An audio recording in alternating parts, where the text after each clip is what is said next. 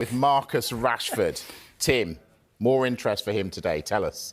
Yeah, Borussia Dortmund, the latest team to show an interest in Marcus Rashford, the Manchester United forward. We understand that he's an option for them in this transfer window. Juventus are also interested in him. We told you yesterday that AC Milan had an interest and they are having internal discussions about whether or not to pursue that interest.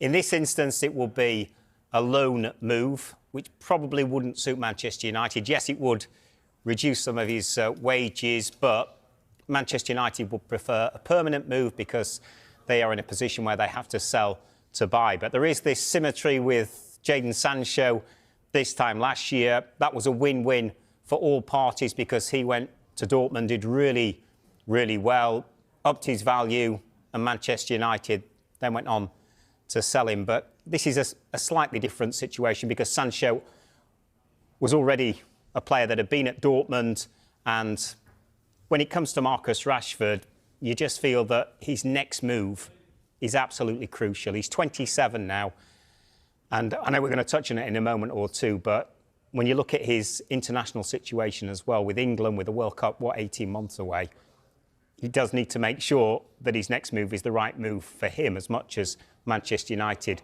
need to make sure that they get the right offer for him and potentially move him on.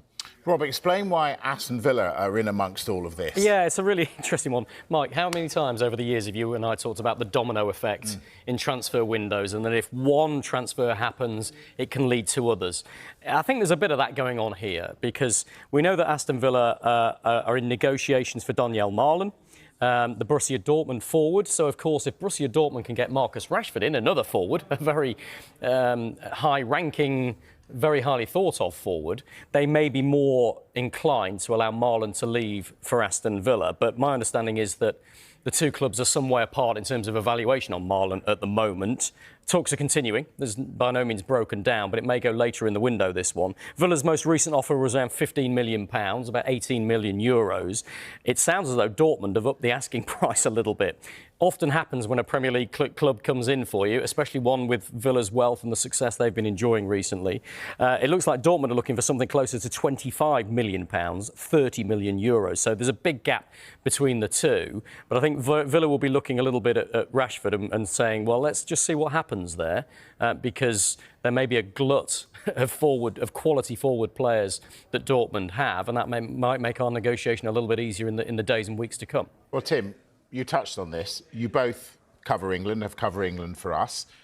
What does Rashford have to do to impress Thomas Tuchel? He has to play.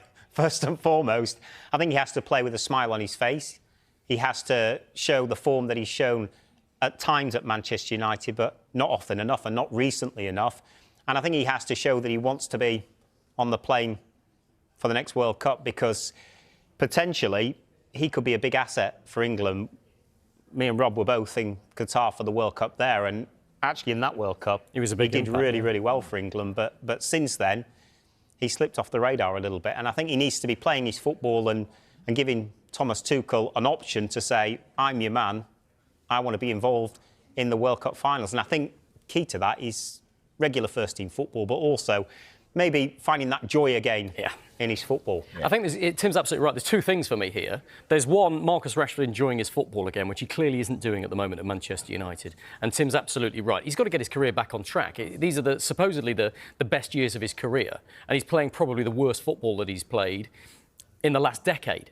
Possibly in all the career we've known him since he burst onto the scene with Manchester United. So he's got to get his smile back and get enjoying his football again. And it increasingly looks like that isn't going to happen at Old Trafford. But secondly, you have to look at what's in this for Manchester United. And I don't think any of these loan offers from Juventus, from AC Milan, from Dortmund are options for Manchester United. I don't think they appeal, because I would suspect that all of those clubs are saying, yeah, we'll take him on loan, but we want you to pay a big chunk of his wages. Well, what's in it for Manchester United? They need to clear some funds for a rebuild under Ruben Amorim. They're not going to do that by losing a bit of Marcus Rashford's wages, a portion of his wages. I think it's almost a non-starter. I really do. I can't see Manchester United wanting to go for it, and I think Amorim will nip it in the bud pretty quickly. I think the message from Old Trafford to all of these clubs are, yeah, absolutely, we'll listen to offers for Marcus Rashford. If you want to take him on loan, there has to be an obligation to buy him in the summer, or something a bit more concrete than just, yeah, we'll take him on loan, you pay half his wages. I just don't think that's a goer.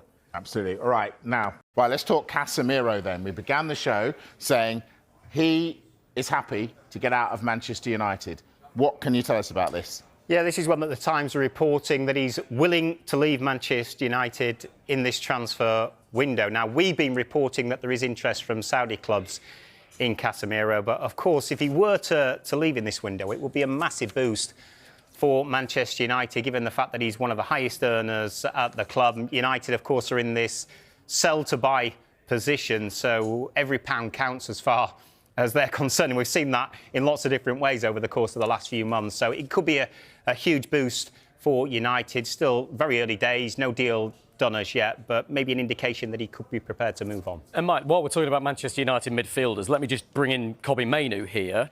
No suggestion that he's going to leave, but we've seen the impact he's made. Gary Neville talking very highly of him when he's come on for Casemiro in that very disappointing defeat to Newcastle for Manchester United. Mainoo only 2.5 years left on his contract. Noises that maybe other clubs are interested. Of course they're interested in Mainoo, the young talent that he is. But might there be an extension to his existing contract at Old Trafford? I think that's one worth watching over the next few weeks. Absolutely right. We're going to SG's forward, Randall Kolo Muani, attracting interest. Is there a possibility he could go to Manchester United? Certainly a possibility. I know Dharmesh has just mentioned it there, PSR. I'm not saying, again, Manchester United are in trouble with regards to PSR, but they certainly have to watch what they do. And as Ruben Amorim has mentioned a number of times, it may be a one-in, one-out scenario. They have to free up some cash to allow them to go into the transfer window. One player that they have been linked with, and it's been quite a heavy link as well over the course of the last 24 hours, like you say, Randall Kolo Muani, the PSG centre-forward. He hasn't had a lot of game time recently, just a couple of goals in 14 appearances in all competitions so far this season at PSG. So it would seem like he's surplus to requirements. There have been reports on social media that Manchester United and Spurs from the Premier League are interested in Muani, as is Juventus of Serie A. He's got a long contract, though, 3.5 years left on the deal that he signed at PSG, so he has a lot of time with regards to that. That's why potentially a loan deal could be what clubs are exploring. I know a lot of people will say, well, hang on, if Manchester United are interested in Muani, does that mean potentially someone else, high profile, earning a lot of cash, could be departing Old Trafford? Who could he possibly? What about players coming in who can play to the system that Amorim wants? Is there any word that that's going to happen? Yeah, I mean, Mark mentioned Kolo Muani, who looks like he's on Manchester United's radar on a loan deal anyway. But the left back or the left wing back area is a real problematic area for Manchester United, and it has been for the past 18 months. Tyrell Malacia and Luke Shaw simply haven't been fit nearly enough. Yes, Diogo Dalot played really well against Trent Alexander-Arnold and Liverpool yesterday down the left-hand side, but he's essentially a right-footed right back or right wing back. So I think they would like those players playing in their right positions. So I think if United can get some business done in this month, they will try to do that. But I think, like with a lot of other clubs, the focus is usually on the summer transfer window, and they're already looking ahead to that. One player that they have been doing due diligence on is the PSG left back, left wing back, Nuno Mendes, the Portugal international. He's entered the final 18 months of his contract at PSG, and talks over a new contract have so far failed to find a resolution. And I know Mark in the 5 o'clock show was mentioning when a player gets down to 2 years, you need to either tie him down to a new contract or sell. This guy's down to 18 months now. So he's 1 year from now, if he hasn't signed a new contract, he can speak to clubs outside France over a pre-contract agreement. One player that does look like it is very, very close to happening is United have agreed a deal to sign the Paraguayan left-back. His name is Diego Leon from a club called Cerro Porteño. He would join in the summer. Nailed that. Yeah, I'm not even sure that that's true. No, I love that. Well, you got styled away it out. with it. Got it. Cerro Porteño. He would join in the summer, however, because he actually doesn't turn 18 until April, and it's thought the player will arrive in Manchester at some point this month to take a medical, and then United will formally announce that as a deal done. Just a phrase, he needs to feel a bit of love. I think we could use that phrase for Joshua Zirkzee, given how he was treated by his own fans last week. Do you think he could go this month? I don't think he'll go, because I think Manchester United see so much potential in him. He joined the club last summer from Bologna. He's only scored 4 goals in 23 appearances in all competitions, but he has featured in every single Ruben Amorim squad. So clearly the boss likes him at Amorim squad Manchester United. But there's some interest from Juventus.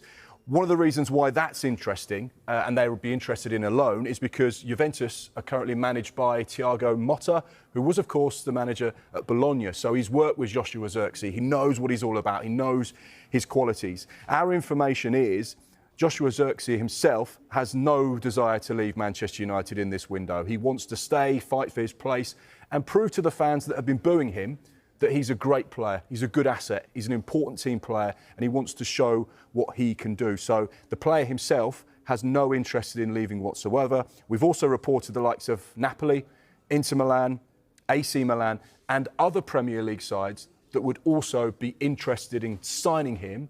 So I don't think this is one that's going to go away, but I certainly don't think it's one that's going to happen in this window. Dharmesh, do Manchester United want to offload Antony? I mean, I think they would listen to offers for him. And we're told today that a number of clubs, including those from Spain and Greece, have actually approached Manchester United. So there has been club-to-club contact over a possible loan for the winger Antony. Now, he's been out of favour throughout the whole of this season. Erik ten Hag wasn't picking him from the start in the Premier League. Since Ruben Amorim has come to the club, Antony hasn't started a Premier League game.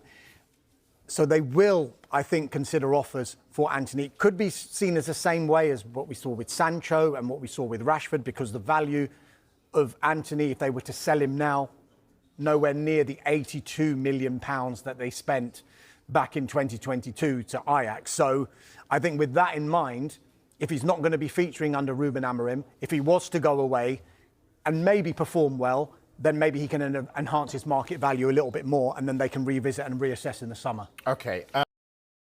Hey everyone, welcome back to the channel. Today, we're diving into a big story surrounding one of Manchester United's brightest young stars, Kobbie Mainoo. With Chelsea sniffing around and concerns growing about United's future, could we see a shock exit? Let's break it all down. Kobbie Mainoo has been one of United's standout players over the past 18 months. The 19-year-old has shown maturity beyond his years, becoming a consistent performer in midfield. But despite his importance to the team, Mainoo is reportedly growing frustrated behind the scenes. Here's the deal: Mainoo is currently earning around £20,000 per week, far below what his talent deserves, especially given his key role in the squad. Negotiations for a pay raise stalled last season, and now, it seems a stalemate has emerged. And it's not just about the money. Reports suggest Mainoo is concerned about United's downward trajectory. With the club sitting 13th in the Premier League and facing another season outside the Champions League, it's understandable why he might be looking for greener pastures. Chelsea have reportedly taken note of Mainoo's situation. The Blues are said to be ready to offer him a lucrative deal to lure him away from Old Trafford. With United's struggles and Chelsea's rebuilding project under Mauricio Pochettino, it's a tempting proposition. United's problems don't stop there. The club is under serious financial pressure, with massive losses over the past 3 seasons and mounting issues with profit and sustainability rules. Players like Marcus Rashford, Casemiro, and Antony are on gigantic contracts, making it hard for the club to balance the books.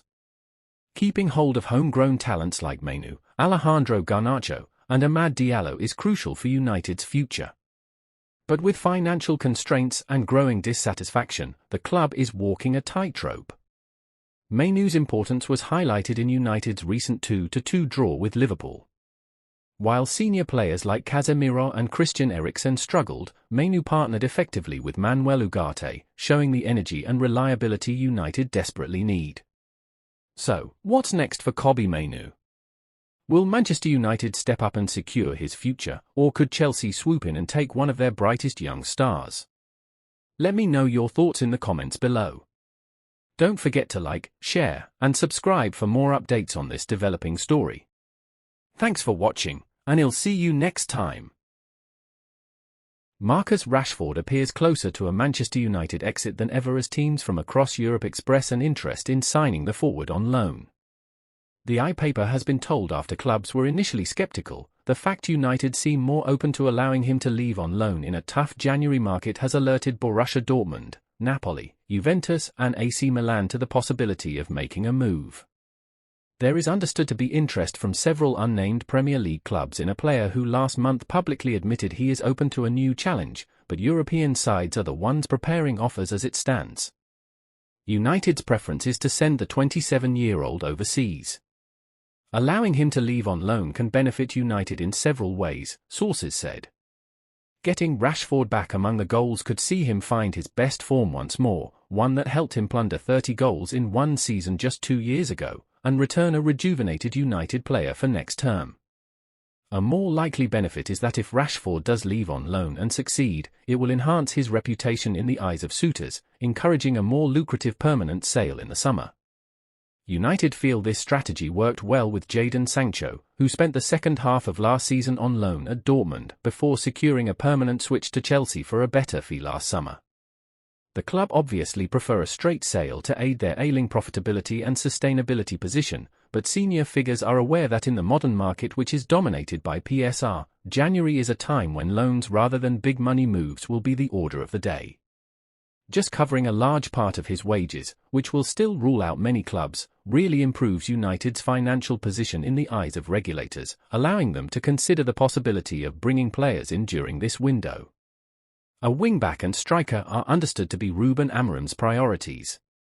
Talks are ongoing with representatives of several top targets, including Paris Saint-Germain's Nuno Mendes and Sporting Lisbon forward Victor Gyökeres, but outgoings are essential to get any deal over the line.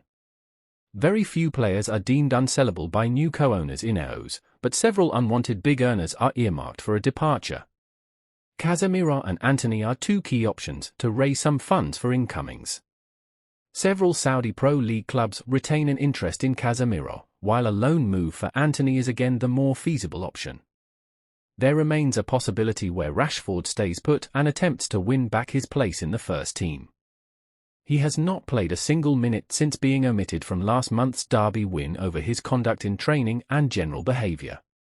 Sources said there is no animosity between Rashford and Amorim, with the player working hard in training to force his way back into the Portuguese boss' plans. Rashford has already rejected 3 lucrative offers from Saudi Arabia, with a move to the Middle East not appealing to the player.